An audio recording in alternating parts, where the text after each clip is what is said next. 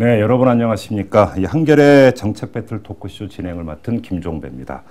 자, 한겨레는 지난 11월부터 4차례에 걸쳐서 박근혜 후보와 문재인 후보의 그 대선 공약을 점검하는 정책 배틀 토크쇼를 진행을 해왔습니다. 오늘이 그 마지막 시간으로 5번째입니다. 자, 오늘의 주제는 여성 분야인데요. 이 토론 방식은 이전과 마찬가지로 자유토론과 상호 지정 토론으로 나뉘어서 진행을 하도록 하겠습니다. 그리고 이전과 마찬가지로 애청자 여러분이 그 방송을 보시다가 SNS를 통해서 질문을 보내주시면 토론 말미에 반영을 하도록 하겠습니다. 많이 보내주시고요. 자, 오늘 토론을 꾸며주실 두 분을 소개해드리겠습니다. 자, 먼저 민현주 새누리당 의원 나오셨습니다. 안녕하세요. 예, 안녕하세요. 네, 그리고 다음으로 남윤인순 민주통합당 의원 나오셨습니다. 안녕하세요. 예, 안녕하십니까. 네, 자, 이번 주 일요일 날 마지막 TV 토론, 후보 TV 토론인데 그 분야 중에 여성 문제가 좀 들어가는 걸로 아는데 두 분께서 어떻게 조언 내지 충고 내지 준비 이렇게 많이 해주셨나요? 네, 준비 열심히 하고 계십니다. 예, 준비 직접 열심히 하고 계시고요. 네. 이미 여성 관련된 공약에 관해서는 박 후보께서 이해도가 워낙 높으시기 때문에 예, 많은 또 준비는 다른 분야에 비해서는 그게 필요하지 않은 것 같습니다. 아, 그래요? 네. 일단 뭐 한번 좀 보도록 하고요. 네. 자, 먼저 이제 모두 발언으로 돌아가도록 하겠습니다. 이제 각각 그 두 분께 2분씩의 시간을 드리도록 하겠습니다. 박근혜 캠프와 문재인 캠프의 여성 정책 중심으로 이 소개 말씀을 겸해서 모두 발언해 주시기 바랍니다. 자, 먼저 민현주 의원에게 2분 드리겠습니다. 예, 안녕하세요. 저 새누리당 박근혜 후보 중앙선대위 여성특보인 민현주입니다. 오늘 토론을 통해서 새누리당의 여성 및 가족 공약을 좀 더 깊이 있게 자세하게 알릴 수 있는 기회가 될 수 있길 바랍니다. 특히 박근혜 후보 공약의 강점을 좀 더 여러분들께서 자세히 쉽게 이해하실 수 있도록 도와드리겠습니다. 우선 박근혜 후보 여성 가족 공약의 출발점은 바로 어떠한 상황에 처해 있든지 상관없이 일하는 여성이든 가정 내 돌봄에 전업하고 있는 여성이든 나이와 세대, 가족의 유형에 관계없이 여성 한 사람 한 사람이 그 삶을 소중하게 생각하고 가치를 인정받는 데서 시작합니다.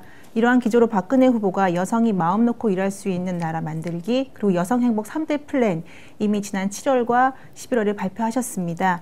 첫 번째 일가족 양립 정책 관련해서 저희 7월에 경선 과정에서 발표를 하셨는데요. 임신기간 근로시간 단축제, 아빠의 달, 그다음에 영어세 보육 및 교육 국가 완전 책임 제도 도입한다고 약속하셨고요. 그다음에 출산 육아에 대한 부담 덜어드리기 위해서 육아 서비스 지원 체계 재구축한다고 약속드렸습니다. 또한 저소득층 가구들의 자녀 출산에 대한 부담을 덜기 위해서 세제 개편 약속하셨습니다. 이를 통해서 여성이 당당하게 능력으로 인정받고 평등한 세상에서 마음 편하게 아이를 낳고 키우는 세상, 다양한 유형의 가족이 차별받지 않는 세상 만들겠다고 이미 말씀하셨습니다. 그래서 이를 통해서 정책을 통해서 약속드리고 또 실천을 통해서 여러분들께 확신을 드리겠습니다. 그래서 여성들이 좀 더 사회 중심으로 나와서 남성과 여성이 어깨를 나란히 나눌 수 있는 대한민국 사회 건설에 박근혜 후보가 앞장서겠습니다. 예, 감사합니다. 네, 수고하셨고요. 자, 다음은 남윤순 의원님, 역시 2분입니다. 예, 문재인 후보 캠프 여성 부위원장 남윤인순 의원입니다. 새누리당 정권 5년간 모든 국민의 삶이 많이 어려웠지만 우리 여성들의 삶은 더 고단하고 또 불안했습니다. 민주정부 10년간 세계가 부러워할 정도로 여성의 지위와 인권이 향상되었는데 새누리당 정권 하에서 성평등의 시계가 멈추고 거꾸로 돌아갔습니다. 민주통합당 문재인 후보는 지난 10년간 민주정부가 발전시켜온 성평등 정책을 계승하면서 남녀가 함께 일하는 그리고 돌보는 성평등한 사회, 여성과 아동이 안전하고 건강한 사회를 만들겠습니다. 이를 위해서 먼저 성평등을 주요 국정과제로 삼겠습니다. 남녀가 함께 국가를 경영할 수 있도록 정당 공천제도, 공직임용제도에서 여성에 대한 적적 조치를 강화하고 국가정책 수립과 실행 과정에서 성평등 가점을 통합할 수 있는 제도적인 인프라를 갖추겠습니다. 두 번째로 양질의 여성 일자리를 획기적으로 확대하겠습니다. 보건의료, 교육, 보육 등 사회복지 분야의 여성 일자리 40만 개를 창출하고 공공부문의 비정규직부터 정규직으로 전환하겠습니다. 세 번째, 가족 돌봄 부담을 완화하여 여성의 경력 단절을 방지하겠습니다. 이제는 무상보육을 넘어서 안심하고 아이를 키울 수 있는 국공립 보육을 이용 아동 기준 40%까지 확대하고 산전후 휴가와 육아휴직 급여를 인상하겠습니다. 영세와 아버지 휴가를 2주로 확대하고 남성 육아휴직 시 한 달간 통상임금 기준으로 100%까지 지급하겠습니다. 네 번째로 여성의 안전과 건강을 국가가 책임지겠습니다. 여성 건강 기본계획 수립과 폭력 방지 3개년 국가 행동계획을 수립해서 여성 폭력 예방 교육을 강화하고 피해자 지원을 강화하겠습니다. 마지막 다섯 번째입니다. 다양한 가족, 취약계층 여성의 지원을 강화하겠습니다. 네, 수고하셨습니다. 자, 두 분의 모두 발언을 들었는데요. 지금부터 자유토론으로 들어가도록 하겠습니다. 이 자유토론 지금 이제 오늘이 마지막 다섯 번째 시간인데 패턴이 있더라고요. 처음에는 두 분께서 점잖게 시작하시다가 서서히 온도가 이제 올라가면서 아주 격론이 벌어지는, 그래서 상당히 시간이 지체가 되는 이런 현상을 빚었는데 오늘 아주 좀 컴팩트하게 핵심만 꽉꽉 담아서 짧고 굵게 이렇게 말씀을 해 주실 거라고 믿고, 역시 그 이 뭐 후보 토론이 아니기 때문에 엄격하게 시간을 재지 않겠습니다만 가급적 2분 안에서 이렇게 좀 발언을 좀 해주시고, 말 그대로 자유 토론이기 때문에 진행자인 제가 개입하는 폭이 최소화될수록 좋은 토론입니다. 그냥 꼭 제가 이렇게 이제 그 발언 기회를 안 드리더라도 주거니 받거니 하시면 됩니다. 네. 자, 먼저 자유 토론 주제를 좀 드리도록 하겠습니다. 무엇 뭐니 해도 가장 중요한, 여성들이 지금 관심을 두고 있는 것은 여성 일자리 문제인 것 같은데요. 자, 이번에는 문재인 캠프 쪽에 먼저 여쭤보도록 하겠습니다. 어떤 일자리 정책을 갖고 있는지 좀 말씀을 해주시죠. 예, 여성들이 가장 원하는 사실 일자리는 좀 지속 가능하고 양질의 일자리라고 생각합니다. 그리고 어떤 그 동일 가치 노동을 인정받아서 동일 임금이 적용되는 그런 일자리라고 생각을 합니다. 지금 우리나라 그 경제 활동을 보면은 여성의 고용률이 그 53%로 OECD 국가 중에서 27위로 아주 낮은 수준입니다. 그래서 지금 이제 문재인 후보는 일자리 대통령을 표명을 하고 계시죠. 그래서 일자리위원회를 구성을 하고 그 일자리위원회 안에 여성 일자리 특별위원회를 구성을 해서 성평등 고용 촉진 5개년 계획을 추진할 예정입니다. 그래서 이 5개년 계획 안에는 여성 고용률을 선진국 수준인 65%로 올리고 또 고용의 질을 개선할 뿐만이 아니라 성별 임금 격차를 해소하는 그런 계획을 갖고 계십니다. 그래서 앞서도 말씀드렸지만 40만 개 일자리를 이제 창출을 하는데요. 이거는 바로 일자리 저희 일자리 정책이 만나봐인데요. 일단 만들고의 정책입니다. 그리고 두 번째는 일자리를 나누고입니다. 지금 연간 평균 노동 시간을 2,000시간 이하로 줄이면 약 70만 개의 일자리가 창출이 됩니다. 그래서 일자리를 나누는 부분이 있고요. 그리고 세 번째는 일자리를 바꾸고입니다. 비정규직 일자리를 정규직으로 바꾸는 부분인데요. 특히 전국민 고용평등법을 제정을 해서 거기에는 특히 성에 따른 성이나 고용 형태 이런 거에 따른 어떤 차별을 방지하는 그런 어떤 제도를 둡니다. 그래서 우선적으로는 공공 부분의 비정규직을 정규직으로 전환을 합니다. 이번에 서울시에서도 청소 노동자들을 대폭 정규직으로 전환을 했는데요. 그런 예와 비슷한 그 정규직으로 전환하는 그런 방식으로 일자리 정책을 펼쳐나가고자 합니다. 네, 박근혜 캠프의 여성 일자리 정책은 어떤 건가요? 예, 제가 이 일자리 관련 정책 토론하기 전에 잠깐만 저한테 시간을 주시면 한 가지만 제가 말씀드리겠습니다. 아까 남 의원님께서 말씀하셨듯이 지난 10년 동안의 그 DJ 정부와 참여정부에서 여성의 그 지위가 굉장히 높아졌었는데 현 정부 들어서 이제 급격히 하락했다라고 말씀하신 부분에서 제가 조금만 더 보완 설명을 드리겠는데요. 저는 개인적으로 지금 현재 정부의 여성 및 가족 정책에 대해서 적극적으로 옹호할 생각은 없습니다. 예, 그걸 먼저 말씀을 드리고요. 그런데 한 가지 제가 지적하고 싶은 거는 이제 안 그래도 그 민주당의 김현 대변인과 이제 여성위원장 하신 분께서 이제 브리핑 자료를 내셨길래 제가 이제 그 오늘 아침에 급히 그 통계 자료를 찾아봤는데요. 이 GGI라고 하는데요. 여성 젠더 갭 인덱스입니다. 이걸 찾아봤더니 2009년도 이제 그 인용된 게 115위고요. 61.5점으로 2008년도 108위. 맞습니다. 그리고 이제 보면 근데 이게 언제부터 이렇게 하락된 추이가 나타났을까를 한번 찾아봤더니 2006년도에 92위였는데 2007년도에 97위로 올라갔습니다. 그러니까 불평등 지수가 높아지고 있는 추세는 2006년도에 시작이 됐고요. 그 앞서서는 2005년도에는 약간 조사 방식이 달랐기 때문에 좀 직접 비교는 어렵지만 2005년도에는 54위였습니다. 그러니까 2006년도에 급격히 올라갔고 2007년도 그러니까 지속적으로 상승 추세, 그러니까 젠더 갭은 늘어나는 추세였고요. 최근에 2010년도, 11년도 수치를 보니까 다시 낮아지고 있습니다. 젠더 갭이 줄어들고 있는 거죠. 그래서 2010년도에는 104위, 2011년도에는 107위, 12년도에는 비슷한 수치가 나타나고 있거든요. 점수는 뭐 61점에서 64점 거의 뭐 차이 없습니다. 그래서 이 부분은 제가 다시 한번 말씀을 드려야 될 것 같아서 지적드렸고요. 박근혜 후보, 새누리당 박근혜 후보의 여성 일자리 정책에서는 핵심은 일과 가족을 양립할 수 있는 일자리입니다. 이제 말씀하셨듯이 공공부문 일자리 비정규직을 정규직화해서 일자리를 확보하겠다, 일자리 질을 확보하겠다는 건 저희 새누리당에서도 여성 정책으로 직접 공약을 한 건 아니지만 일자리 부문에서 이미 말씀을 드렸고요. 민간 부분도 그다음에 추가적으로 전환을 갖다가 유도하겠다, 적극 유도하겠다고 말씀드렸고, 근로시간 단축을 통해서 추가적인 일자리 수 창출하는 것, 남녀 모두 사실 해당되는 문제입니다. 이건 여성만의 문제가 아니라 이것도 말씀을 드렸습니다. 그래서 일과 가족이 양립할 수 있는 일자리 관련해서 저희가 이제 쭉 어떤 문제들이 있는가를 보면 경력 단절을 갖다 해소하기 위한 일자리 문제가 우선 있는데요. 그래서 아까 앞서서 모두 발언에서 말씀드렸듯이 남성 육아휴직 적극적으로 도입해서 아빠의 달, 출산 3개월 이내에 초기에 남성들이 적극적으로 육아에 참여해서 일과 가정의 양립의 어려움과 그 보람을 함께 느낄 수 있는 계기 마련했고요.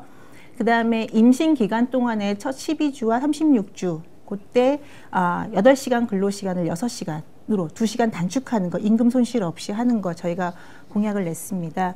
그 다음에 여성 관리자 비율이 확대돼야 된다는 문제에는 저희도 민주당과 새누리당 똑같이 합니다. 그래서 박근혜 후보께서도 이제 말씀하시는 게 공공부문, 그다음에 여성 공직자, 고위 공직자 부문의 여성들 인재 대거 중용하겠다라고 하시면서 여성 인재 아카데미 신설해서 여성 인재 10만 여성 인재 양성하겠다라고 말씀을 하셨습니다. 그래서 일단 승진에 대상되는 여성들의 숫자가 부족한 게 지금 공공부문이건 민간부문이건 가장 현실적인 문제가 그것입니다. 승진을 시키고 싶은데 여성 대상자가 없다라는 게 사실은 큰 목소리거든요. 현장의 목소리거든요. 그래서 인재 양성의 풀을 갖다가 늘리겠다, 확충하겠다라고 하셨고요. 그래서 이제 이를 통해서 여성들이 관리직으로 진출할 수 있고, 그 다음에 비정규직의 정규직화는 전반적인 일자리 창출, 일자리 질 향상 방안을 통해서 확보하는 안 저희가 마련했습니다. 네. 네, 뭐 지금 두 분께서 나란히 이렇게 평행선을 달리면서 이제 그 각 캠프의 이제 그 일자리 정책을 소개를 해주셨는데 한번 좀 이제 좁히죠. 남인순 의원님, 이 박근혜 캠프의 여성 일자리 창출 정책 어떻게 평가하십니까? 저는 이제 사실 제일 지금 여성들이 어려움을 겪는 거가 30세에서 34세에 여성들이 어쨌든 뭐 출산이나 육아로 인해서 집으로 돌아가는 여성들이 한 50만 명 되거든요. 그러니까 이제 결국 뭐냐면은 이 여성들이 돌아갔다가 다시 나오지 못하는 게 대개는 비정규직으로 있다 보니까 뭐 출산휴가나 육아휴직의 대상이 안 되는 겁니다. 사실 이제 그게 가장 문제거든요. 그래서 지금 이제 어떤 여러 가지 뭐 우리가 모성보호나 육아휴직 정책을 하더라도 이 고용보험에 제대로 가입되어 있지 않은 그런 비정규직 여성이나 아니면 저임금 명세사업장 노동자들의 문제가 저는 문제라고 생각을 하는데, 그게 또 비정규직 문제를 풀어야만 되는 여성 일자리 정책에서, 근데 그 점에 대해서는 지금 새누리당이 제가 이렇게 쭉 정책을 살펴봤는데 그게 좀 분명하지가 않더라고요. 비정규직 이런 일자리, 그리고 불안정한 일자리, 또 비형식적인 일자리에 대해서는 새누리당이 어떤 정책을 갖고 있나, 그 점이 좀 정책을 살펴봤을 때는 좀 그 계층에 대해서 좀 분명하지가 않아서 좀 그거에 대해서 좀 묻고 싶습니다. 네, 말씀하십시오. 예. 지금 이제 30에서 34세 경력 단절 여성 대거 이제 많은 여성들이 탈락하고 있다는 얘기는 뭐 지속적으로 지금 나오고 있는 문제인 거, 뭐 남 의원님도 워낙 잘 알고 계시고요. 아직 말씀하셨듯이 그 비정규직의 정규직화를 통해서 여성의 경력 단절을 예방하겠다라는 거는 여성 경력 단절 예방의 한 축으로서는 굉장히 효과적인 방안이라고 생각합니다. 그리고 아까 말씀드렸듯이 저희 전반적인 일자리 공약에서 비정규직의 정규직화 전환에 대해서 적극적으로 이제 공공부문부터 시작해서 똑같습니다. 사실 민주당하고 시작해서 민간 부분까지 확대하겠다라고 이제 말씀을 드렸고요. 그렇게 되면 특히 대규모의 그 비정규직의 여성들이 있기 때문에 여성이 많은 혜택을 볼 것이다라는 부분을 이제 말씀하셨는데요. 저도 이제 말씀드렸는데요. 근데 여기에 저희 추가적으로 월평균 임금 월소득 130만 원 미만의 여성들이 사실은 비정규직이 아님에도 정규직임에도 불구하고 비정규직 같은 삶을 살고 있는 여성들이 많이 있습니다. 이게 월소득 130만 원 미만의 여성들인데요. 이 여성들은 사업장에서 그 부담 때문에 고용보험 가입하고 있지 못합니다.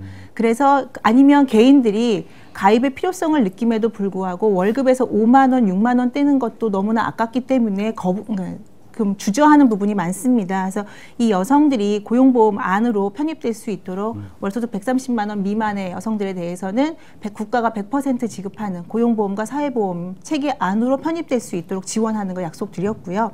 그리고 이제 말씀하신 영세기업, 중소기업 같은 경우에는 비정규직, 정규직이 사실은 구분이 없습니다. 다시 한번 강조 말씀드리지만, 그래서 이 여성들은 육아휴직을 쓸 수 있음에도 불구하고 쓸 수 없는 상황이고요. 쓰게 되면 직장을 그만둬야 되는 상황입니다. 그러면 이제 고용주들 같은 경우에는 의식이 전혀 없느냐, 그런 건 아니고 현장의 목소리를 들어보면 영세기업이나 중소기업 사장분들도 도와주고 싶지만 현실적으로 일을 갖다가 연속선상에서 둘 수가 없기 때문에 이제 어쩔 수 없이 퇴사하거나 새로운 인력을 충원하는데, 저희가 이를 통해 이 문제를 해결하기 위해서 1차적으로는 대체 인력 지원금 확대하고요. 육아휴직에 따른 인력 풀 구성하는 거, 시스템 구축하는 거 확대 약속드렸습니다. 더 중요한 거는 이런 영세기업에 일하고 있는 여성들 본인이 3개월 육아휴직 이후에는 사실은 육아휴직을 본인들이 원하지 않는 경우가 많습니다. 생계나 가족 경제를 위해서라도 계속 지속적으로 일하고 싶어 하죠. 민주당이 공약으로 내세우고 있는 그 70% 안까지 된다 할지라도 100% 임금은 못 받기 때문에 육아휴직 수당을요. 그래서 이 여성들은 어떻게든 근로할 수 있는 환경이 좀 다양화돼서 다차원화돼서 내가 어떻게 해서든지 일을 하고 싶다라는 욕구가 강한데, 그래서 저희 일자리 공약에서 창조경제 부분에서 스마트 워크 시스템 구축해서 일정 기간 동안 아니면 뭐 생애 주기에 따라서 근로시간 동안에 다 이게 욕구에 맞는 다양한 근로 시스템 환경을 갖추겠다는 거죠. 재택근무도 할 수 있고요. 원격 시스템으로 갖춰서. 그래서 이것들이 중소기업이랑 영세기업에서 현장의 목소리입니다. 어떻게 해서든지 일을 계속할 수 있는 좀 시스템을 구축하고 싶은데 어떻게 하면 되겠습니까? 라고 많이 자문을 구합니다. 그래서 정부에서 적극적으로 나서서 이 인프라를 구축해주면 근로자와 고용주 모두가 함께 이걸 지속적으로 해서 일의 경력 단절을 갖다 최소한을 예방하고요. 그다음에 인력 손실을 막고 여성들의 그 경력도 지속적으로 쌓아갈 수 있는 방안이 될 수 있을 거라고 생각합니다. 뭐 꼭 설명만 하지 마시고, 네. 그 민 의원님도 그 문재인 캠프의 여성 일자리 정책, 네. 그래서 그러니까 뭐 좀 공격하고 싶거나 그러니까 묻고 싶은 거 있으면 말씀을 하세요. 아니요, 한 가지. 네. 저는 이제 남 의원에게 뭐 공격을 하거나, 저는 사실 여성 정책 관련해 가지고는 둘 당이 잘해서 네. 지금 현재 워낙 낙후되어 있는 여성 가족 정책을 좀 앞서 나아가자라는 측면에서 지금 질의를 드리고 싶은데요. 하기애애합니까? 네. 근데 제가 말씀하신 네, 것 네. 중에 제가 그런 질문을 드린 거는요. 왜냐하면 지금 여러 가지 여성 일자리 정책에서 저는 이제 물론 일자리를 이제 만드는 것도 굉장히 중요하고 그 일자리를 양질로 바꿔야 되는데 사실 비정규직 문제가 핵심이거든요. 근데 이제 비정규직이 핵심인데 그 비정규직들이 결국은 어떤 경력 단절이 일어났을 때 이걸 어떻게 보완해 줄 것이냐라는 부분에서, 물론 고용보험에 비정규직이 한 30% 이상의 고용보험 가입이 안 됐거든요. 그러니까 이거를 물론 국가가 가입을 시켜주고 대납을 해주고 이런 것도 하더라도 그래도 비정규직이 어쨌든 출산 후에는 못 나오는 겁니다. 그래서 어쨌든 이게 중소기업이든 어쨌든 이런 부분들한테 적극적으로 어떤 이 비정규직을 다시 재고용을 했을 경우에 어떤 재고용에 대한 어떤 인센티브든 어떤 재고용 지원금이든 이런 부분이 아주 대폭하지 않으면 뭐 비정규직들한테는 이런 모성보호 조치를 해도 그림의 떡인 거죠. 그래서 이 비정규직 문제에 대한 어떤 모성보호나 육아휴직에 대한 적극적인 지원 정책이 없으면 결국 우리가 일가정 양립 정책이라고 하는 부분이 그림의 떡이 될 수 있다. 이제 그거를 말씀을 드린 거고, 또 하나 문제는 뭐냐면 지금은 이 비정규 노동에도 포함이 되지 않는 비형식 노동이 되게 많아요. 뭐 예를 들면 노동이요? 그러니까 예를 들면 가사 근로자라든지 간병인이라든지 노동자성이 인정이 안 되는 뭐 요양보호사라든지 뭐 이런 사람들이 너무 많아요. 여성들이 대부분. 그래서 근데 여기는 아예 근로기준법 적용도 안 된다라는 거죠. 산재보험 적용도 안 되고, 그래서 이분들에 대한 어떤 특수노동자라고 보통 얘기를 합니다. 뭐 특수노동자 내지는 비형식 노동자라고 얘기를 하는데, 이 노동자들에 대한 어떤 노동자성을 좀 인정이 되고 법 보호망 안에 들어올 수 있는 정책이 필요하다. 이제 이런 부분을 저희는 이제 미래통합당은 좀 더 강조를 드리는 것입니다. 예.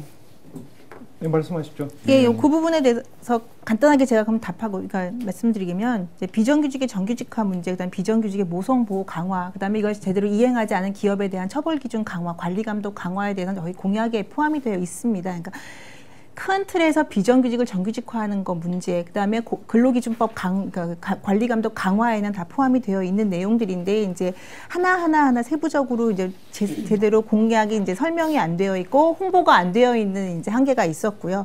돌봄 서비스 종사자 처우 개선인데 비공식 부문에서 흔히 말하는 이제 가정 내에서 아이를 돌봐주시거나 가사를 돌봐주시는 분들이 근로자성이 인정이 안 된다. 그러니까 제가 사실 이거 질의했던 문제입니다. 지난 상임위 때 ILO 기준에 권고 기준이 있는데 그거에 따라서 우리가 좀 나아가야 되지 않겠는가. 고용노동부와 여성가족부가 합의를 해서 좀 나아갔으면 좋겠다. 진전을 봤으면 좋겠다라고 이제 얘기를 한 부분입니다.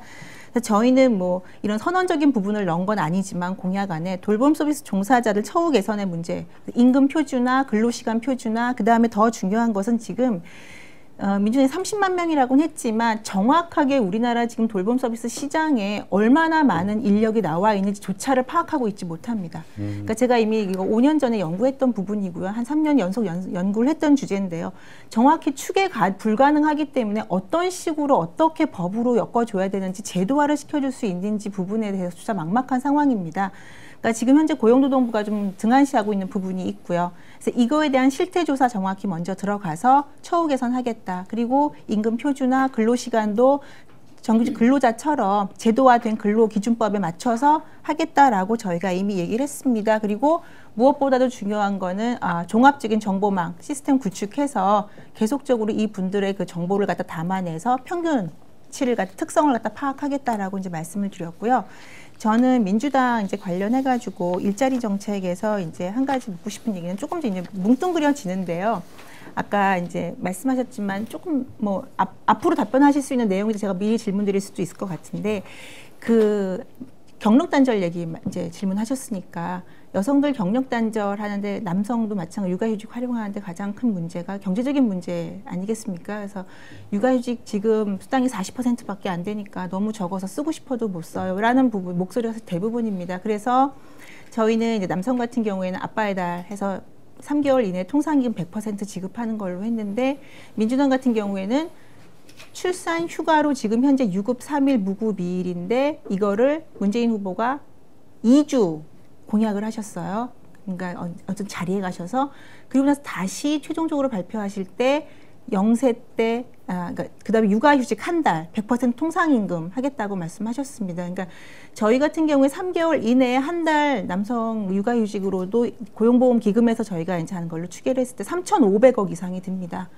1년, 그러니까 5개년으로 하면 만일에 이제 저희 박근혜 후보께서 이제 집권을 하시게, 새 정부에 들어가시게 되면 5년을 추계하면 1조가 훨씬 넘는 돈이 들어가죠. 그런데 지금 민주당에서 공약하고 있는 2주 출산 휴가, 그 다음에 또 다시 한 달의 육아 휴직을 통한 이 재원 마련은 어떻게 하실 건지, 이것이 다 기업주 부담인 건지, 아니면 무급인 건지, 아니면 고용보험에서 전적으로 나가게 되는 건지, 한번 답변해 주시기 바랍니다. 예, 아버지 한 달 휴가는 새누리당하고 민주당하고 약간 다릅니다. 그러니까 네. 어떻게 다르냐면은 저희는 이제 영세 아이가 태어났을 때 보통 네. 지금 아버지 휴가제라고 얘기를 하죠. 그러니까 아버지들의 출산 휴가를 2주로 늘리겠다라는 거고요. 그리고 그 재원에 있어서는 지금 이제 고용보험으로만 다 부담할 경우 고용보험 재정에 약간 한계가 있기 때문에 일정하게는 뭐 반반씩 하든 그건 좀 더 논의를 해봐야 된다고 생각합니다. 설계는. 그래서 어떤 일반 회계 예산에서도 일단 같이 부담이 돼야 된다고 생각을 하고 있고요.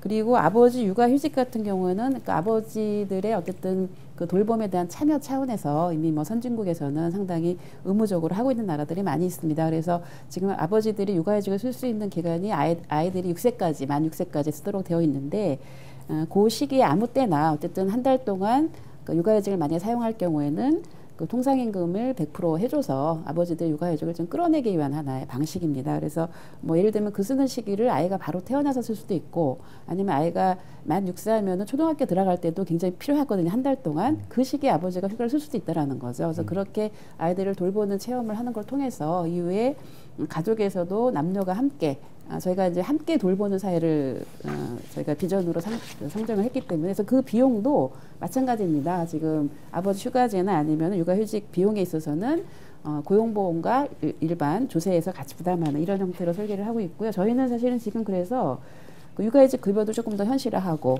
또 산전후 휴가 비용도 지금 135만 원 상한선이 있는데 이걸 150만 원 올리는 거로 되어 있거든요. 그리고 육아휴직 급여도 40%에서 70%를 올리는 거로 되어 있기 때문에 그거와 아버지 육아휴직제, 그다음에 그 아버지 영세와 휴가 이거 다 포함해서 저희가 예산을 추계한 거는 약 그 1조 7천억 정도입니다. 다 포함해 갖고는 그런 정도 예산을 저희가 상정을 하고 있고요. 그래서 뭐 이 예산과 관련해서는 전체적으로 어떻게 비용을 마련하겠느냐는 뭐 다른 보육이나 일자리나 다 포함해서 나중에 한꺼번에 말씀드리도록 하겠습니다. 1조 7천억이 저희 그 한 달만으로도 1조 7천억 정도가 드는데 이 70% 인상에 이 한 달 똑같이 한 게 1조 7천억으로 될지는 잘 모르겠습니다. 근데 어쨌든 일반 회계까지 포함하시는 거죠. 고용보험 기금만으로 하는 건 아니죠. 그리고 그렇죠. 사업주 부담은 없는 거죠. 사업주가 따로 그거는 이제 그 기업의 규모에 따라 좀 달라질 수 있을 것 같습니다. 그건 자세한 설계는 좀 아직은 설계는 다 마치진 않으신 거죠. 네. 예, 알겠습니다. 지금 그 말씀을 진행을 하다 보니까 여성의 경력 단절 이 문제까지 좀 같이 포괄이 됐기 때문에 지금 이것도 이제 사실은 좀 제가 드리려고 했던 질문에 포함이 되어 있었던 건데 내처 요게까지 마무리 짓고 다음 카테고리로 좀 넘어갔으면 좋겠어요. 그 여성의 경력 단절 그리고 이 재취업을 그 열 수 있는 이런 방안 관련해서 지금까지 이제 오고 갔던 이야기 말고 좀 추가로 하신 말씀 있으면 이번엔 민 의원부터 좀 말씀을 해주시겠어요? 경력 단절을 이제 예방하는 차원에 대해서는 일단 한번 말씀을 지금 방금 나와서 이제 거기에 대해서 추가적으로도 얘기하는 건 이제 반복하는 것 같고요. 일단 그러면 어쨌든 부득이하게라도 경력 단절을 한 여성들이 어떻게 다시 노동시장에 재진입할 수 있도록 하는가 이의 문제가 이제 좀 더 초점이 될 것 같습니다. 지금 현재 워낙 경력 단절 여성들이 많고요. 우리나라 그 보면 여전히 30대 중반부터 40대 초반까지 경력 단절로 인해서 그 후진국형이라고 하죠. M자형 곡선 나타나고 있고요. 다른 나라에서는 종형 나타나고 있는데도 불구하고 그래서 이런 것들 어떻게 재취업을 지원하고 재취업을 하더라도 괜찮은 일자리로 재취업을 할 수 있도록 지원하느냐 이제 문제를 가지고 고민을 저희도 많이 했습니다. 그래서 일단 저희가 기존에 있었던 제도 측면에서 긍정적인 것과 부정적인 면을 좀 고려를 해서요. 가장 중요한 것은 기존에 있던 제도를 좀 재활용을 하고 그 부족한 부분을 좀 메꿔가려고 합니다. 그래서 일단 저희는 새로 일하기 센터, 세일센터라고 얘기를 하는데요. 세일센터 일을 대폭 강화, 기능을 대폭 강화하는 데 초점을 맞췄습니다. 지금 현재 세일센터라고 하면 이제 경력 단절 여성들 중에서 저학력 또는 저기술을 가진 여성들이 재취업하기 위해서 거쳐가는 기관 아니냐라고 이제 많이 그게 오해를 하고 계신데요. 사실 설립 취지는 그렇지 않았는데 운영하는 방식에 있어서 좀 더 효과적이지 못한 측면이 있어서 이제 그렇게 흘러가 부정적인 측면이 많이 나왔던 거고요. 저희는 기존에 있었던 이 세일센터를 갖다가 여성들의 교육 수준과 기술 수준, 경력 단절 이전 단계죠. 그 다음에 그 자신들의 그 취향과 그 재능에 맞도록 일단 그 평가를 한 다음에요. 그 맞춤형 재교육 시스템 프로그램을 갖다가 제공하는 것을 목표로 합니다. 그래서 매년 30개씩 증설을 하고요. 거기에 관련된 맞춤형 프로그램에 예산 지원도 하는 걸 2배 인상하는 걸로 저희가 안을 냈습니다. 근데 이 중소기업들과 특히 세일센터를 통한 이제 재취업이 과연 성공적이겠느냐에 대해서 저희가 이제 문제제기를 스스로 하면서 나왔던 게 중소기업, 영세기업 같은 경우에는 인력, 여성, 남성 인력 사실 가릴 상황이 아니거든요. 지금 현재 상황에서는. 그래서 여성 인력에서 적극적으로 고용할 의지가 있음에도 불구하고 연결이 잘 안 되고 있습니다. 그래서 그 부분에 대해서 세일센터가 정보망까지 구축을 해서 각 지역별, 그다음에 기업 규모별, 그다음에 인력 수급 현황까지 정확히 정보를 담아서 경력 단절 훈련 프로그램에 참여하고 있는 여성들과 매치시켜주는 작업을 갖다가 체계적으로 구축하는 것을 목표로 합니다. 그리고 기존에 있었던 폴리텍 대학원이나 기술 대학의 그 프로그램과도 연계해서 여성들이 보다 많은 자격증을 따고 그걸 통해서 재취업을 할 수 있고 또 장롱에 있는 자격증들을 다시 부활해서 활용할 수 있도록 하는 준전문직 관련된 이제 재취업이 가능한 부분인데요.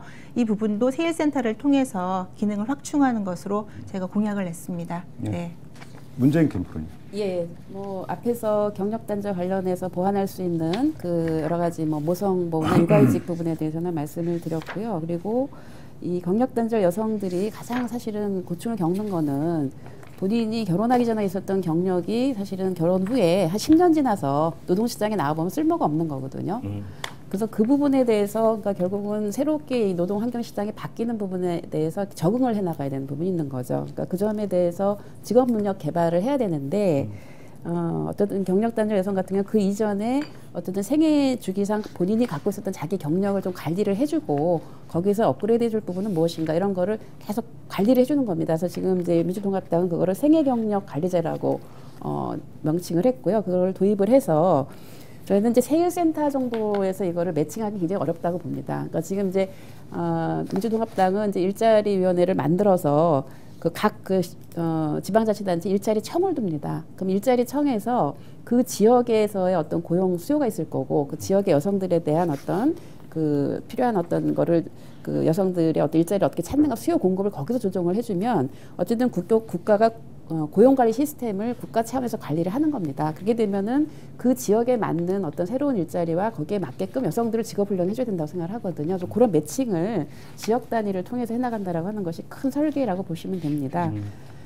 그리고 그 외에는 저희가 이제 특히 이제 돌봄의 부담이 큰 어떤 가족들이 있기 때문에 뭐 물론 보육시설도 갈 수 있고 또 어르신이 있으면 요양보시설도 보낼 수 있지만 집에서 부득이 돌봐야 되는 경우도 있거든요. 그러다 보면 또 경력단절이 발생을 합니다. 그래서 그런 경우에는 그 임금 손실이 없는 근로시간 단축을 할 수 있는 그런 권리를 좀 부여해서 그 줄어든 시간 급여만큼은 이제 고용보험에서 지급하는 그런 계획을 갖고 있습니다. 그래서 결국은 이런 거 근로시간 단축 방식으로 좀 일 가정을 양립할 수 있게 하고요. 또 하나는 어떤 생각을 하고 있냐면 이제 부부가 근로시간제를 좀 탄력적으로 쓰는 겁니다.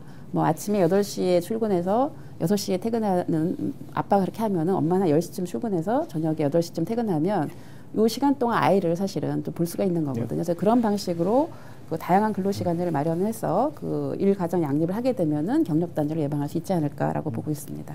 네, 저 이제 다음 카테고리 질문으로 좀 넘어가기 전에 이 토론 분위기가 너무 차분합니다. 네. 그래서 제가 좀 그 농담성으로 질문 하나 드리겠는데요. 아버지 육아휴직 두 분 다 말씀하셨잖아요. 네. 제 주변에만 그런 남성들만 있나요? 아이를 보느니 나가서 일을 하겠다. 네. 이런 남성들 많지 네. 않습니까? 예. 한 말씀씩 좀 해주시죠. 어떻게 그 생각하십니까? 반대 경우도 좀 봤는데. 제가 먼저 말씀드릴까요? 그 저희가 이제 처음에 아빠의 달 도입을 갖다 고민하면서 많은 토론을 거쳤습니다. 내부에서 다 의원들과도 얘기를 하고 저희 보좌진들, 외부 이제 자문위원들과도 많은 토론을 거칠 때 나온 얘기가 한 달 주면 그거 쓰겠어? 뭐 그 얘기였어요. 네. 아, 한 달 그렇게 해서 쓰게 하면 통상임금 주면 쓰고 놀러 다니겠지. 그렇게 얘기하는 게 대부분이었어요. 낚시하러 다니겠네. 아니면 어떤 여성 교수들은 얘기하시기를 우리 남편 좋겠네. 등산 다니겠네. 낚시하러 가겠네. 이런 얘기가 대부분이었어요. 남편 완전히 국가가 보장해서 휴가 주는 거 아니냐. 엄마들은 계속 일하게 하고 이거 괜찮겠느냐. 이제 그 얘기 사실 부정적으로 나왔던 건 사실입니다. 저는 아빠 육아휴직제 얘기를 하면서 가장 근본적인 문제가 우리나라 문화가 변화돼 있고 의식이 변화해야 된다라는 생각을 했고요. 그리고 사실 뭐 개인적인 얘기지만 저희 집에 있는 남자도 그러지 않고요. 예, 적극적으로 참여하고 있고요. 지금 자랑하고 계십니다. 네. 그렇기 때문에 저는 분명히 그 성공의 단초는 있다고 생각을 합니다. 요즘 젊은 남성들은 많이 바뀌고 네, 있어요. 굉장히 많이 바뀌고 있고요. 그런데 이 보다 많은 젊은 남성들이 세대에서 어떻게 하면 적극적으로 참여할 수 있게 유도를 해낼까 고민하는데 저는 주변에 있는 많은 남성들을 보면서 어떨 때 개입됐을 때 남성들이 이게 생애 주기에 걸쳐서 지속적으로 가느냐, 일가족 양립에 대한 책임과 가정의 자녀에 대한 책임이 계속 가는가를 봤을 때 초기에 진입해서 초기에 많은 참여를 한 남성일수록 애착도가 강합니다. 근데 그거는 여성들도 마찬가지예요. 출산을 했지만 직접 키운 시간이 적은 여성들보다는 어쨌든 괴로워하면서도 그 괴로움과 사실 제가 개인적으로 표현하는 표현 중에 지옥과 천당을 오간다라는 얘기를 많이 하는데요. 아이를 보면 천당에 와 있다가 또 허드렛 일을 할 때는 지옥에 갔다가 왔다 갔다 하는데요. 그 경험을 보다 빨리 한 남성들일수록 훨씬 더 양성평등에 대한 의식도 강하고 잔치 교육에 대한 애착도 강하고요. 보육에 대한 그 질에 대한 강한 관심을 갖습니다. 그래서 3개월 이내에 여성이 출산으로부터 회복하는 단계 그리고 남성들도 직접 참여해서 그 과정을 다 직접 경험하고 지켜보면서 깨달았으면 좋겠다. 그래서 의식이 변화하고 문화가 변화했으면 좋겠다라는 바람이었고요. 그래서 그걸 정책에 반영을 했고요. 그리고 저는 이게 분명히 시그널로 인해서 효과가 있을 거라고 보는 게 저희가 이걸 7월 달에 부산에서 박근혜 후보께서 다른 후보의 그 여성가족 공약과는 달리 경선 기간 중에 여성가족 공약을 발표하셨습니다. 그때 이제 아빠의 달 공약 발표했는데요. 7월 달에 발표하고 9월에 국내 그 모 대기업의 그 CEO께 직접 나서서 이제 우리 회사의 여성 근로자들에게는 1년 육아휴직 무조건 쓰게 하겠다. 3개월 출산 휴가 이후에는 당연하게 육아휴직으로 들어가는 걸로 제도를 마련했습니다. 그래서 이미 시행이 됐고요. 다른 신문사가 아니라 한겨레 신문사에서 이제 그 관련된 기사가 나왔었습니다. 그래서 이렇게 좋게 변할 수 있다.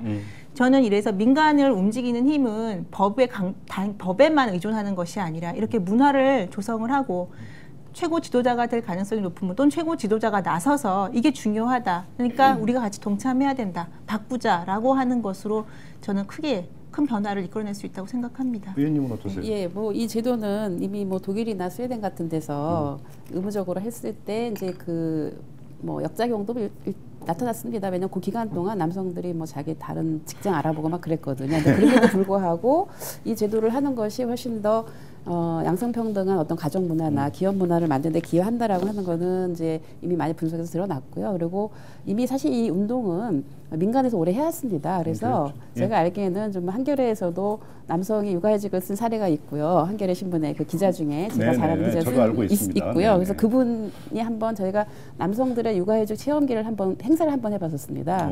그랬더니 제가 이제 여성단체 일을 했었기 때문에 같이 행사를 해보니까 그 육아의 어떤 참여 경험이 정말 자기 인생을 바꿨다라고 얘기를 하더라고요. 그래서 그만큼 어쨌든 이런 거가 어떤 사회 흐름을 바꿀 것이고요. 그다음에 기업 문화로 좀 바꾸지 않을까라고 생각을 해서 네. 특히 아이들이 초등학교 들어갈 때 굉장히 필요하다고 그러더라고요. 그래서 한 달 동안 그 아버지들이 휴가를 쓸 수 있도록 조금 설계는 약간 다릅니다. 그래서 그런 부분이 좀 활성화될 수 있는 계기가 되지 않을까라고 생각을 하고요. 아마 이거를 유도하는 여러 가지 또 네. 기업의 어떤 인센티브가 있어야 되지 않을까라고 생각을 합니다. 뭐 제가 이런 질문 드렸다고 제가 그렇다는 얘기는 아니에요. 네, 이상한 눈으로 쳐다보지 마세요. 네.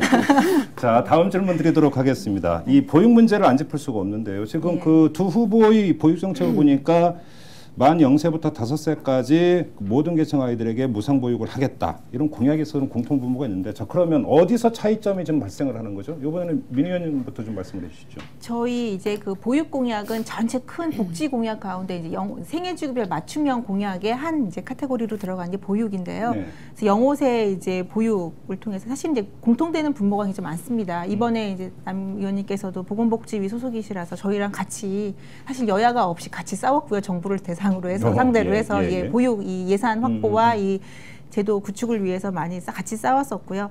그래서 저희는 0~5세 이제 보육이 국가 책임제로 저희가 이제 명명을 합니다. 박 후보께서도 그렇게 말씀하셨고요. 차이점은 저희는 양육수당을 지급합니다. 그러니까 0~2세의 보육시설에 가는 아이들에게는 100% 국가가 지원하고요. 보육시설 지원하고요. 그다음에 보육시설을 가지 않는 아이들에 대해서 양육수당을 지급하고요. 보육시설에 가는 아이들은 0~2세는 100% 무상이고요. 3세부터 5세까지는 사실 누리과정으로 편입이 됩니다.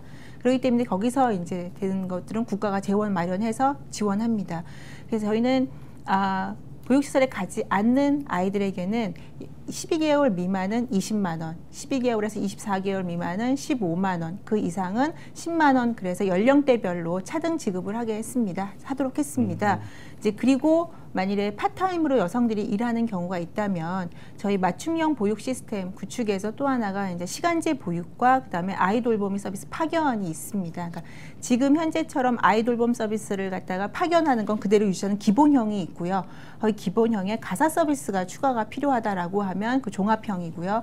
그다음에 보육교사 파견형 3가지 형이 있습니다. 그래서 전업주부도 시간제로 그 아이돌봄 서비스를 활용할 수 있고요. 또 하나는 파타임으로 일하는 여성들도 보육시설에 종일반으로 보내는데 부담이 된다라고 하면 이 시간제 보육 서비스 통해서 얼마든지 활용을 할 수 있습니다. 그거에 대한 지원도 전폭적으로 정부가 지원을 합니다. 비용도. 예. 민주당은 어떻습니까? 예, 민주당은 사실 새누리당이랑 큰 차이는 뭐 무상보육은 같습니다. 뭐 양육수당도 보육시설을 이용하지 않는 아동에 대해서 양육수당 주는 것도 같고 이번에 뭐 보건복지 예산에서 다 통과시킨 거기 때문에요. 여야가 합의를 해서.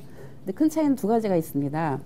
지금 사실 이제 무상보육을 넘어서야 되는 단계가 됐거든요. 그러니까 부모들이 불만을 느끼는 거는 무상보육은 됐는데 그 무상보육 그 국가가 주는 돈 외에 특별활동비가 많다는 거예요. 뭐 8만 원, 15만 원까지 있기 때문에 이 특별활동비를 또 내야 되는데 이게 도대체 무상보육이냐 이런 불만이 있습니다. 그래서 이 특별활동비까지 어떻게 보면 표준보육료가 정부가 계산을 하는 게 있거든요. 그러니까 거기에다 이걸 좀 꼭 필수적인 특별활동비는 좀 포함을 해서 그 표준보육 단가를 이거를 다 넣어서 이거를 해야만 무상보육이 실질적인 의미가 있다라는 거 저는 이제 그 내용을 넣었고요. 그리고 또 하나의 그 중요한 차이는 사실은 이제 무상보육은 지금 보육시설이 한 5% 정도만 국공립이고 나머지는 다 민간과 개인이 하고 있습니다. 그렇죠. 그러다 보니까 이 보육 서비스에 대한 만족도가 굉장히 차이가 많고 지금 국공립의 대기자가 전국에 20만이라고 할 정도이기 때문에 이 국공립 보육시설을 늘리는 부분을 하지 않으면 안 됩니다. 근데 지금 저희 당은 그 보육시설을 이용하는 아동 대비해서 한 40%까지 국공립을 늘리는 것이 계획으로 되어 있고요. 새누리당은 제가 알기에는 한 50개 정도 하고 100개 정도를 뭐 매입을 한다든가 이렇게 하는 방식이 되어 있기 때문에 지금 민주통합당은 매년 한 1,200개 정도 보육시설을 국공립을 좀 확충을 해서 5년 안에 한 6,000개 정도 확충하는 그런 계획을 갖고 있어서 그것이 큰 차이라고 볼 수가 있습니다. 예. 좀 그럼 그 상대 진영의 어떤 그 좀 정책 평가도 좀 해주시죠. 예, 뭐 그래서 제가 봤을 때는 그래서 이제 그 무상보육까지는 저희가 같이 해왔는데 이 국공립에 있어서는 국공립을 좀 최대한 더 지금의 이런 현 정부가 이명박 정부가 1년에 한 10개, 20개밖에 안 늘렸습니다. 굉장히 사실은 문제가 있는 거죠. 그래서 이 부분을 다음 정부에서는 그동안 너무 민간하고 개인만 늘어났기 때문에 아주 대폭적으로 획기적으로 이걸 바꿔주지 않으면 암만 국가가 돈을 퍼부어도 이게 제대로 관리가 안 되는 그런 문제가 있거든요. 그래서 국공립 보육시설을 확 늘리는 걸 해야 되는 것이 아닌가라고 생각을 하고 있습니다. 예. 어떻게 생각하세요? 그러니까 저도 그 질문하고 싶었던 부분인데 문제인데요. 국공립 어린이집 문제인데 아동수 대비 40% 확대 이미 저희도 알고 있었고요. 원래는 30%로 제가 알고 있었는데 40%까지 이제 올리는 걸로 공약이 나왔더라고요. 저희는 이제 매년 50개 국공립 증설이고요. 그다음에 100개는 국공립으로 전환. 그다음에 900개는 공공형 어린이집, 민간형 어린이집 중에서 이제 공공형으로 전환을 희망하는 데서는 900개 공공형으로 지정을 해서 질 관리하겠다라고 이제 말씀드렸는데 저희도 이걸 모두를 포함하면 2017년까지는 거의 한 30% 정도의 국공립 내지는 공공형이 전체 아동수 대비 한 30% 정도까지는 달합니다. 근데 저희가 이렇게 이제 새로 막 이렇게 국공립으로 짓겠다, 관리 감독하기 편하고 사실 그런 부분이 있습니다. 그러니까 시장에서의 그 선호도에서도 뭐 국공립에 대한 선호도가 있다는 걸 부정하지는 않습니다. 그런데 현재 있는 어린이집 제도와 시스템과 새롭게 만들어지는 그 제도를 어떻게 잘 조화롭게 융합할 수 있는가라는 고민을 갖다 꼭 해야 될 필요가 있습니다. 지금 현재 민간 어린이집을 갖다 그러면 다 차장시키거나 아니면 새로 못 짓게 하지 않는 이상은 이 국공립 40%까지 확대하게 되면 현재 있는 민간 어린이집은 지금 굉장히 어려움에 처하게 되고요. 이런 것보다는 민간 어린이집의 질 확보도 통하고 그다음 민간 어린이집부터 자율적으로 좀 전환시킬 수 있는 방안을 마련하는 것이 보다 현실적이고 시장에 조화롭게 이루어질 수 있는 것이 아닌가라는 측면에서 저희가 100개 국공립 전환이고 900개 공공형 지정했습니다. 그래서 이 부분을 통한다면 그리고 문제는 민간이냐 국공립이냐의 그 선호도의 차이에서 가장 핵심적인 거는 질 관리입니다. 그러니까 어린 아이를 둔 엄마일수록 안전, 양질의 보육을 희망하는데 국공립이 좋다라는 인식 때문에 그렇습니다. 그래서 저희가 공약에 내세우고 있는 것은 민간 어린이집에 대해서 확실하게 관리 감독하겠다. 그리고 그렇지 못한 경우에는 국공립이나 공공형으로 전환시킨다라고 이제 이미 공약을 했습니다. 그렇기 때문에 일단 관리 감독 체계 있는 거에서 제대로 시행을 해서 시장을 바로 잡겠다라는 게 저희 초점입니다. 그러니까 결국에는 어린 자녀를 둔 부모들의 그 욕구, 필요에는 부합하는 저희 정책이고 훨씬 현실적인 정책이라고 생각을 하고요. 한 가지 더 이제 저도 똑같이 이제 질문 드리고 싶은데 그러면 이 40% 확대하면 민간형은 어떻게, 민간 어린이집은 어떻게 하실 건지 뭐 남 의원님 워낙 이쪽 부분 전문가시기 때문에 다 고민한 부분이 있을 거라고 생각을 하고요. 또 하나 그 이제 무상보육을 넘어서는 얘기로 특별활동비 이제 말씀을 하셨는데. 저희도 표준보육 비용 다시 계산해서 현실화하는 방안은 이제 공약에 들어 있는데 표준보육 비용의 기본적인 예체능 프로그램 다 저희가 고민하고 고려해서 그 아주 비용 다시 추계해서 반영하겠다라고 했는데 지금 말씀하신 부분은 특별활동비까지 다 이제 포함하는 걸 다시 한번 말씀하셨으면 만일에 그러면 부모들의 욕구가 뭐 한두 개 기본적인 것이 아니라 대여섯 개, 7, 8개 그렇게 많이 요구할 수 있다라고 하면 이것들을 다 수용하실 계획이신 건지 아니면 필수 최소한의 것만 지정하시겠다고 하시는 건지 만일 최소한의 것만 지정한다고 하신다면 저희가 지금 이제 0에서 5세까지 그 보육시설에서의 보육과 차이가 없거든요. 그래서 그 부분에 대해서 한번 질문드리고 싶습니다. 제가 저기 특별활동비는 필수라고 얘기를 했고요. 근데 그 필수를 어디까지 할 거냐라고 네. 하는 거는 좀 이제 차이가 있을 수가 있습니다. 그래서 모든 특별활동비를 다 넣을 수는 없을 것 같고 이제 필수적으로 많은 부모들이 원하고 이제 조사를 해봐야 되겠죠. 그래서 그 필수 특별활동비까지 포함한다라는 거고요.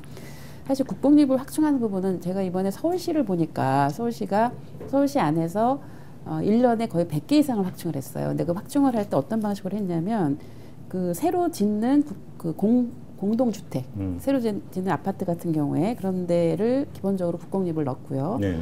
그다음에 이제 비어 있는 공공시설. 그래서 기존의 민간과 충돌되지 않는 방법을 충분히 확충이 가능합니다. 그리고 우리나라처럼 이렇게 민간이라기보다는 개인이 이렇게 어린이집 많이 하는 나라 없거든요. 세계 어디에도. 되게 뭐 일본이 민간이 많다 하더라도 다 법인이 하고 막 이러거든요. 그래서 이거는 좀 이게 구조를 좀 바꿔야 돼요. 그러니까 어쨌든 지금 공공형이라고 얘기를 하셨는데 그 공공형도 민간이나 민간 개인이 하는 데다가 그 공공형이라는 모자를 좀 씌워줘서 좀 관리를 하겠다는 건데 물론 좀 공공형이면 좀 낫겠죠. 그렇지만 그 방식으로는 굉장히 저는 아직도 한계가 있다고 생각을 하고 어느 정도 국공립에서 키우는 아이들의 포션이 사실은 아동 대비 40%지만 시설 대비 한 20%입니다. 그래서 그렇게 되게 되면은 어느 정도 이렇게 균형이 잡히지 않겠느냐, 시장에 대한 균형이 잡힌다라는 거죠. 그래서 그런 점에서 민간과 충돌하지 않으면서 민간이 너무 무제한으로 생기는 부분을 좀 견지를 할 수 있는 이런 식으로 시장을 좀 정리를 해줘야 되는 것이 아닌가라는 생각을 하고 충분히 저는 서울시의 모델을 통해서 가능하다. 그 인천도 이제 그런 모델을 보여줬고요. 충분히 지자체 단체장의 의지가 있는 곳에서는 오히려 아주 다양한 방식으로 비용을 많이 안 들이고 리모델링 방식으로 한 2억만 들여서도 할 수가 있고 또 없는 데는 또 신축도 해야 되지만 비용이 굉장히 많이 들지 않습니다. 그리고 소형도 가능합니다. 예, 자 자유 토론은 이 정도로 하고요. 지금 또 이제 바로 상호 지정 토론이 이어지니까 혹시 자유 토론에서 미처 소화하시지 못한 것은 상호 지정 토론에서 하시면 됩니다. 이 상호 지정 토론은 이 한 분에게 그러니까 한 번에 3분씩 모두 2번의 질문권을 드립니다. 그러면 상대 의원님께 이제 질문을 하시고 3분 범위 안에서 자유롭게 주도권을 행사하면서 그러니까 주거니 받거니 이렇게 말씀을 나누시면 되는데 자유토론은 우리 남윤순 의원님부터 시작을 했고 이번에는 민현주 의원님부터 시작을 할까요? 가급적이면 좀 3분 범위 안을 좀 지켜주시기 바랍니다. 시작하시죠. 네, 민주당에서 지금 내용 공약 중에서 그 요즘에 다양한 유형의 가족, 특히 이제 이혼율 높아지면서 한부모 가족 증가하고 있습니다. 그래서 한부모 가족이 된 이후에 이제 자녀 양육을 어떻게 해야 되는지 아이의 그 인권의 차원에서도 이게 꼭 국가가 나서서 이제 해결해야 되는 문제 중에 하나인데요. 그 양육비 대지급 제도 공약으로 내세우셨습니다. 그러니까 저희는 양육비 이행기관 신설을 공약으로 했고요. 좀 차이가 있습니다. 양육비 이행기관 신설은 양육비 대지급을 할 수 있는 대지급 그러니까 양육비에 대한 이제 법원에서 판결이 나면 그 중간 단계에서 그 기관을 신설해서 이제 그 만일에 자율적으로 이행하지 않는 부모들에 대해서 이제 그 기관에서 이제 이행하도록 하는 거고요. 강제하도록 하는 거고요. 대지급 제도 같은 경우에는 뭐 아시겠지만 국가가 일단 지급을 해주고요. 연체됐을 경우에는 그 다음에 이제 국가가 나서서 받아주는 제도입니다. 이 대지급 제도 한 번에 이렇게 단번에 이행기관 신설을 통해서 제도적인 이제 완충제 역할을 없이 대지급 제도 하는 것에 돈이 연간 돈이요. 양육비 순 대지급만 2조가 넘습니다. 그러니까 국가가 일단 돈 줘야 되는 돈이요. 이게 현실적으로 가능하다는지 어떻게 생각하시는지. 예. 그 대지급 제도 안에는 그 이행기간이 포함되어 있는 설계거든요. 그러니까 일단 대지급을 하고 지급을 한 상태에서 그 구상권을 행사하려면 어쨌든 이걸 이행하는 그 기간을 만들어서 그 제대로 지급을 하지 않는 한 배우자를 계속 추적하는 거거든요. 그래서 받아낼 수 있도록 그렇게 하고 만약에 받아내지 못하면은 먼저 국가가 대지급을 해주고 대지급 해준 다음에 또 그 배우자가 또 소득이 생기는가를 계속 추적을 해야 되죠. 그래서 추적해서 그거를 이제 구상을 받는 거거든요. 그래서 대지급 제도라고 하는 거는 그렇게 구상하고 그 배우자가 낼 수 있도록 그 이행을 강제할 수 있는 그런 기관들 이런 걸 같이 설계되는 부분인 겁니다. 그래서 그 부분이 그렇게 다른 얘기는 아닐 거라고 생각합니다. 그러니까 이행 기간과 대지급이라고 하는 부분은 같이 맞물려 있는 지금 저희가 법률 개정안 내놓은 것도 그렇게 설계가 되어 있습니다. 네, 근데 보면 여성가족분이 추계안 보면 양육비 순 대지급은 제가 말씀드린 한 2조 2천억 원 되고요. 구상 가능 금액은 한 1조 원 됩니다. 그럼 그렇죠. 1조 원 넘는 돈을 그럼 국가가 계속 지금 가지고 있다가 그걸 일단 대지급을 해줘야 되는 건데 만약에 그걸 못 받게 되면 최악의 경우 못 받을 수 있지 않습니까? 그걸 갖다 보완하기 위해서 지금 대지급 먼저 하겠다고 하는 건데 그러면 1조 이상이 되는 돈들을 국가가 계속 세금으로서 충당해야 되는 부담이 생기지 않겠습니까? 그렇죠. 한부모 가족에 대해서는 이미 다양한 정책을 통해서 지원도 현금 지원도 들어가고요. 다양한 복지제도 바우처 제도도 들어가고 있는데도 불구하고 또다시 이거에 대해서 국가가 세금을 통해서 1조 이상의 돈을 계속적으로 지금 지출을 해야 되는 부담을 지면서까지 이 제도를 갖다가 해야 될 필요가 있는 것인가? 아니면 말씀하신 대로 이행 기관을 통해서 국가가 나서서 그걸 갖다가 좀 더 적극적으로 행사할 수 있도록 책임을 다할 수 있도록 하는 것이 우선적이 아닌가라고 저희는 생각을 하고요. 그래서 말씀하신 대로 해외 사례를 한번 봤더니 이제 이 대지급 제도를 적극적으로 이제 전폭적으로 도입한 국가는 독일이고요. 그 외에는 이제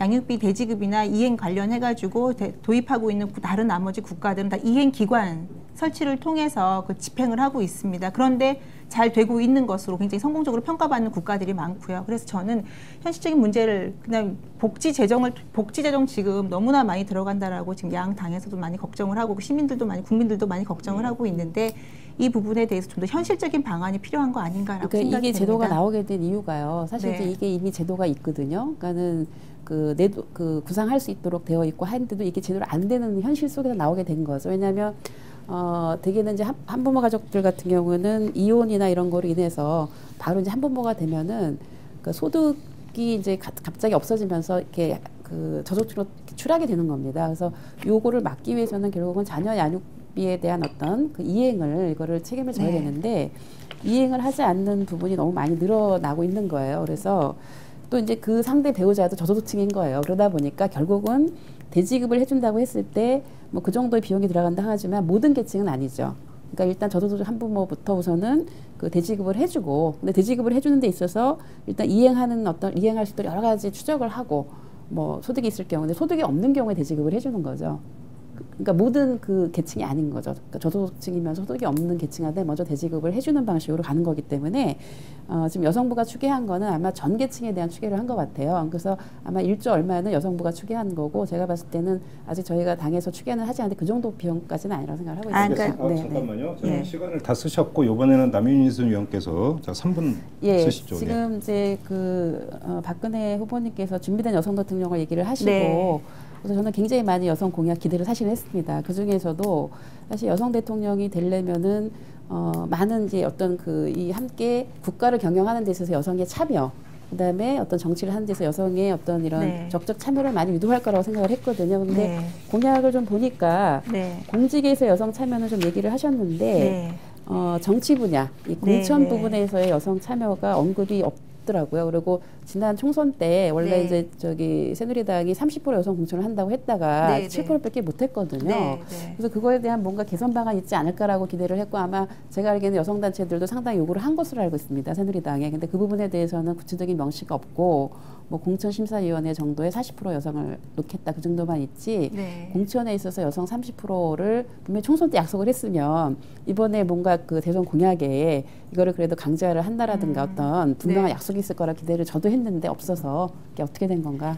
일단 여성 공공 부문이나 공직에 뭐 여성 대폭 중용하겠다고 말씀하신 건 부분이 있고요. 그다음에 이제 뭐 저 개인적으로 그렇고 새누리당 입장에서도 그렇고 이제 할당 그 총선 과정에서 뭐 저야 뭐 그 이후에 들어온 사람이기 때문에 그 과정에 대해서 잘은 모르지만 그 부분에 대해서 아쉬운 점 저 개인적으로도 있고 그 새누리당 입장에서도 있는 것으로 제가 알고 있습니다. 이제 최선 노력을 했는데도 불구하고 이제 많은 쇄신을 갖다 거듭하면서 그 부분이 잘 달성되지 못한 부분에 대해서 이제 위에 계신 이제 당직자 분들이나 많은 분들이 아쉬워하는 부분은 충분히 있고요. 이번에 저희가 여성 정치 분야에 대해서도 이제 고민을 많이 했습니다. 그리고 사실은 들어있는 부분인데 이제 공약집에 워낙 내용이 많다 보니까 빠져 있는 부분이 있고요. 빠진 그런데 거예요? 숫자는 저희가 제시하지 않은 건 사실입니다. 그러니까 아시겠지만 그러니까 아시겠지만 그 부분을 갖다가 저희가 그 40% 공천 비율을 공천심사위원회 여성 40% 할당을 통해서 여성의 의원 정치 참여분을 갖다 적극적으로 지원하고 중용하겠다라고 한 약속을 맞는데요. 거기에 충분하게 몇 프로, 30%, 40%라고 숫자를 지정하지 않았고요. 그 부분은 이제 박 후보께서도 이제 고민을 많이 하신 부분인데 이것이 꼭 그렇게 숫자로 그럼 30%라고 하면 30%까지만 딱 할당하고 30% 넘어가면 무조건 잘릴 수 있지 않느냐라는 비판도 내부적인 비판도 있었습니다. 그래서 공천심사위원회 여성을 확대함으로써 보다 여성들이 많이 참여할 수 있는 길을 터주는 데 초점을 두지 마지막 최종 목표에 너무 지나치게 차별을 갖다 두지 말자, 차등을 주지 말자라는 부분이 있었습니다. 그래서 물론 저 개인적으로도 조금 확실한 목표 설정을 했으면 좋았던 부분은 있는데요. 이 부분은 아까 말씀드린 대로 다시 그 제한이 될 수 있지 않느냐, 캡이 씌워질 수 있지 않느냐라는 부분이 조금 내부적으로 30% 있었습니다. 이상 하신다는 얘기네요. 할 수 있죠. 예. 네, 지켜보도록 하겠습니다. 네. 자, 그러면 이번에 두 번째 이제 질문권 드리겠는데요. 시간들을 좀 더 쓰셨습니다. 최대한 좀 컴팩트하게 좀 진행을 좀 해주세요. 네.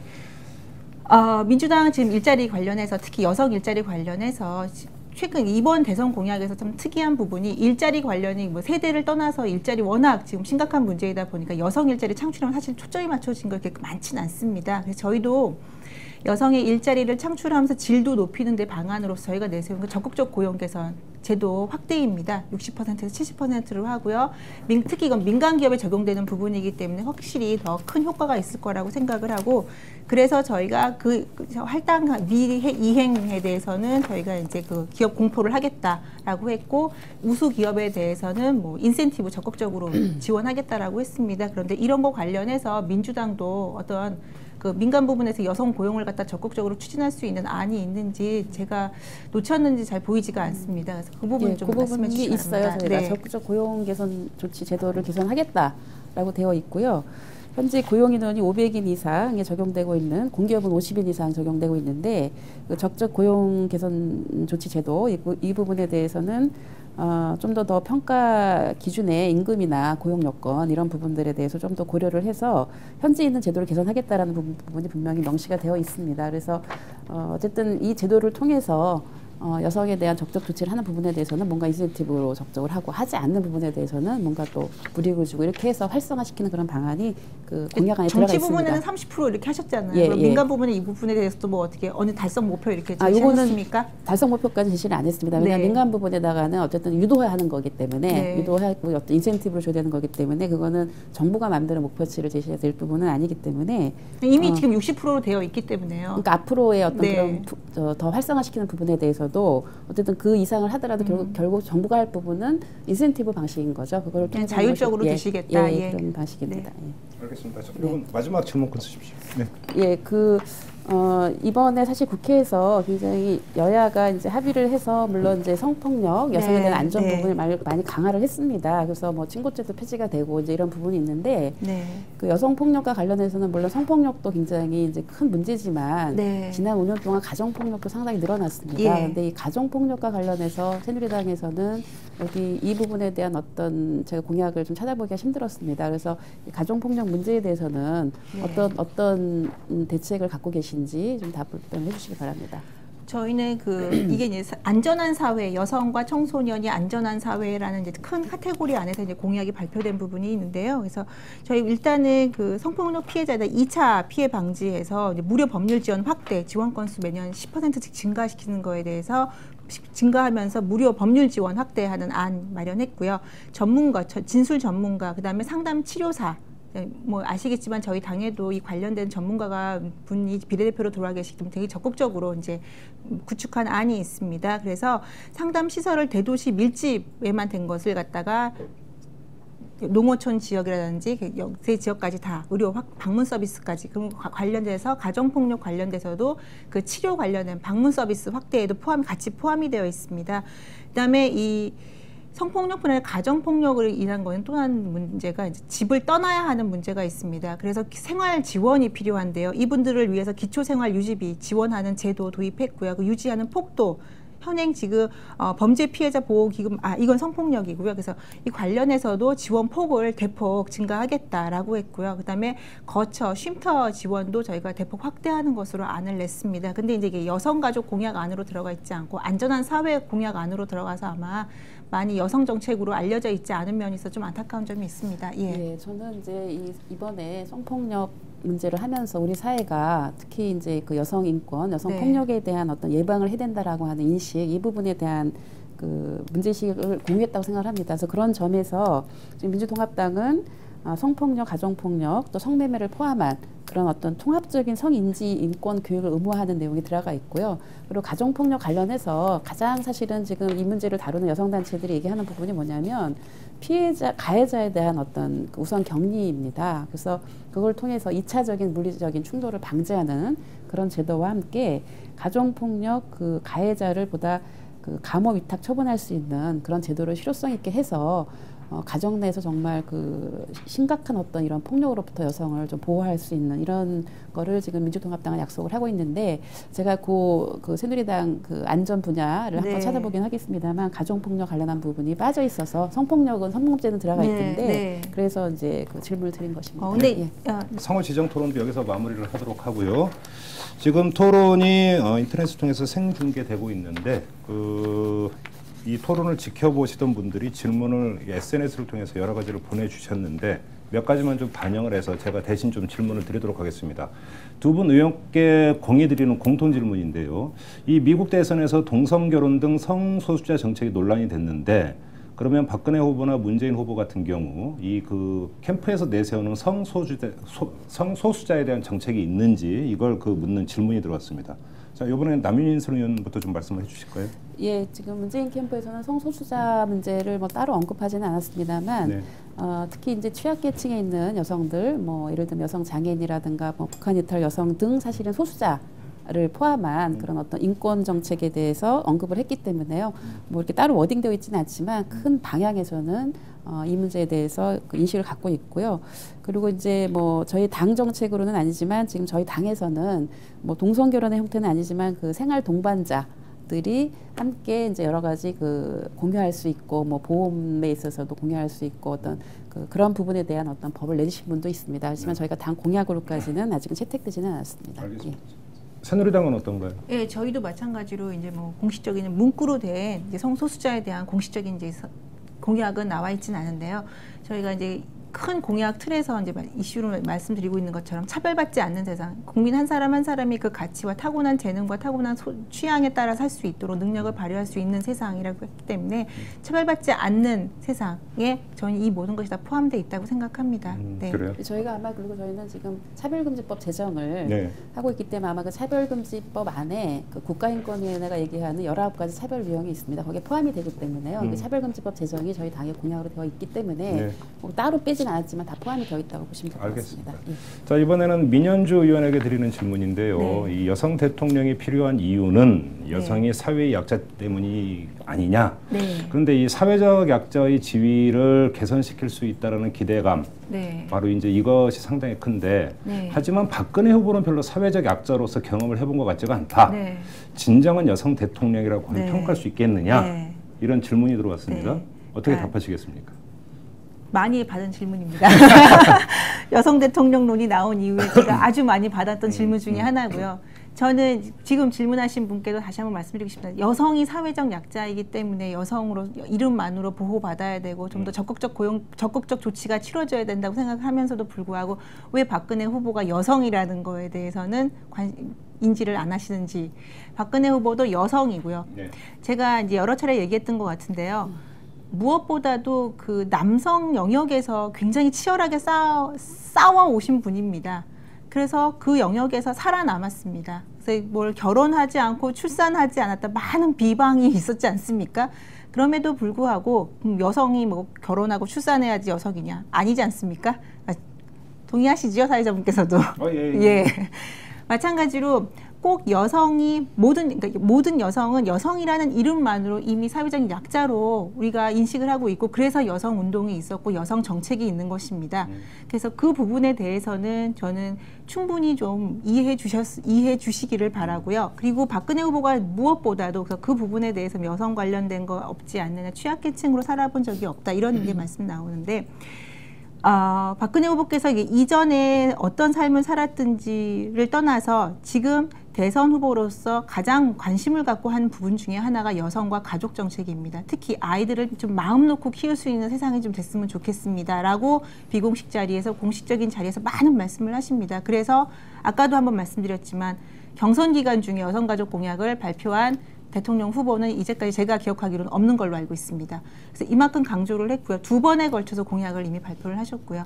그래서 저는 이 부분에 대해서는 여성 대통령으로서 그러니까 대한민국 사회에서 여성 대통령은 단 한 명이어야 된다. 앞으로도. 라고 한다면 많은 논쟁이 있을 수 있지만 이걸로 인해서 물꼬를 트는 길로 박근혜 후보가 충분한 역할을 할 수 있다는 측면에서 저는 많은 점수를 드리고 싶습니다. 알겠습니다.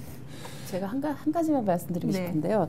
저도 그 말을 믿고 싶은데 그동안 사실 지난 10년 동안 그 여성 단체들이 다 모여서 하는 여성 정책 토론회가 네, 있었어요. 근데 그거를 이번에 박근혜 후보가 거부를 하셔갖고 성사가 안 됐습니다. 그러니까 그 여성 정책을 그렇게 생각하셨다면 많은 여성 유권자들한테 알리는 더구나 그 토론회는 KBS가 방송하는 토론회거든요. 매번 해왔습니다. 지금 그거를 거부를 하셨어요. 그래서 여성들한테 그 어떤 여성 정책이 서로 비교될 수 있는지 이런 부분에 대한 기회를 알 권리를 사실 여성 대통령을 주장하시는 여성 그 박근혜 후보께서 거부를 하셔서 토론회가 성사가 안 된 거는 알고 계시나요 혹시? 예, 알고 있습니다. 예. 말씀드려도 괜찮나요? 예. 네, 알고 있고요. 제가 이미 그거 저도 이제 여성정책 관련해 갖고 공약 담당을 하고 있었기 때문에 충분히 알고 있었고, 근데 그때는 새누리당에 대해서만 그 비난의 화살을 쏠리시면 안 되는 게 그 당시에는 후보가 3명이었습니다. 그래서 저희가 빨리 정리해서 양자 대결로 둘 된 다음에는 이미 너무 했습니다. 늦었었죠. 그래서 결과 그때는 다른 유권, 다른 유세 일정이 다 이미 잡혀 있고 토론회 일정이 잡혀 있는 상황에서 이것만을 위해서 없으니까 빨리 정리해서 그럼 하자라고 했는데 불구하고 질질질질 끌려온 스케줄이 끌려왔었고요. 그 이후에 토론회 일정을 갖다가 잡기는 제가 알기로는 예, 없었습니다. 예. 오늘 주제를 그거로 할 걸 잘못했어요. 네, 알겠습니다. 이번에는 남인인선 네. 의원께 드리는 질문인데요. 여성에게 문재인 후보 지지도가 낮다네요. 그래서 이 여성 대통령이 시대적 흐름이라면 문재인 후보, 자, 어떤 점에서 여성보다 낫다고 평가를 하시느냐, 이런 질문이 들어왔습니다. 예, 문재인 후보는 저는 뭐 겉으로는 남성이지만 그동안 살아왔던 삶을 한번 보시면 네.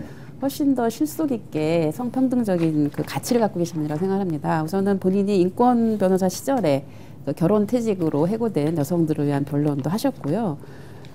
그리고 뿐만 아니라 사실은 참여정부 때 보면은 그 최초 여성 총리라든가 아니면은 뭐 최초 여성 헌법재판관 이런 부분이 다 그때 그 최초를 만든 데가 그 시기입니다. 그래서 그때 그런 어떤 중요한 국정을 같이 결정을 했고요. 무엇보다도 지금 이제 그 민주통합당이 내세우는 슬로건이 있습니다. 기회는 평등하게, 과정은 공정하게, 결과는 정의롭게. 이게 사실은 성평등의 핵심 가치입니다.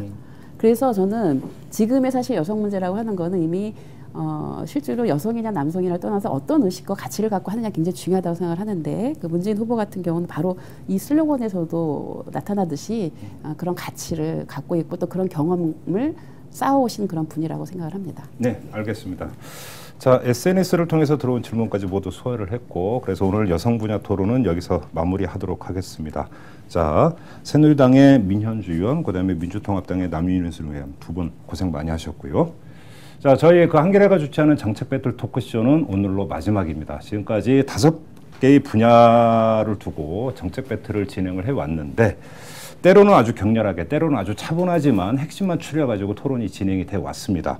대선이 며칠 남지 않았습니다. 이 소중한 한 표를 행사하기 위해서는 그 무엇보다도 대선 후보들의 공약이 뭔지를 꼼꼼히 살펴보셔야 되는데 이 한겨레 정책 배틀 토크쇼가 조금이라도 도움이 된다면 이 정책 배틀 토크쇼의 성과는 100% 달성이 된 거라고 믿습니다. 자, 이로써 대단원의 막을 내리고 저는 물러가도록 하겠습니다. 여러분 고맙습니다.